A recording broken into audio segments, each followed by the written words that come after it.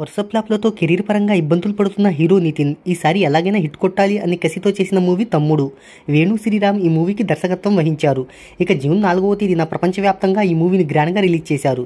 ఇక ఈ మూవీ వివరాలు ఒకసారి చూసుకున్నట్టయితే నటీనటులు సాంకేతిక నిపుణుల రెమ్యునరేషన్తో పాటు ప్రమోషన్ ఖర్చులు అన్నీ కలుపుకొని ఈ చిత్రాన్ని 75 కోట్ల రూపాయల బడ్జెట్తో నిర్మించారు.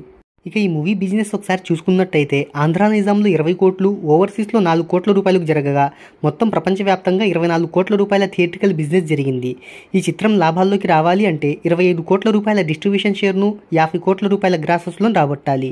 ఈ మూవీ 3 రోజుల తెలుగు రాష్ట్రాల కలెక్షన్ను ఒకసారి చూసుకున్నట్టయితే తొలి రోజున 1.13 కోట్లు, రెండవ రోజు 62 లక్షలు, మూడవ రోజు 51 లక్షల చొప్పున మొత్తం 2.26 కోట్ల రూపాయల నెట్ను, 3.85 కోట్ల రూపాయల గ్రాసెస్లో రాబట్టింది.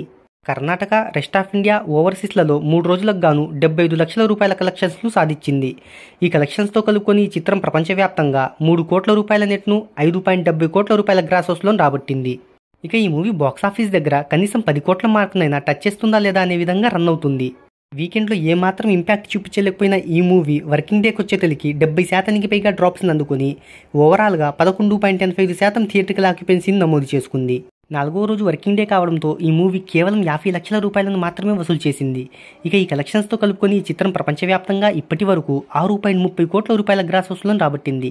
ఇక ఈ మూవీ పరిస్థితి చూస్తుంటే నితిన్ కెరీర్లోనే బిగ్గెస్ట్ డిజాస్టర్గా నిలిచే అవకాశాలు కనిపిస్తున్నాయి. ఈ మూవీ బ్రేక్ ఈవెన్ కావాలి అంటే ఇంకా 20 కోట్ల రూపాయల గ్రాస్ వసూలను రాబట్టాలి. ఏదైనా మ్యాజిక్ జరిగితే తప్ప ఇంత మొత్తాన్ని వెనక్కి రాబట్టలేదు.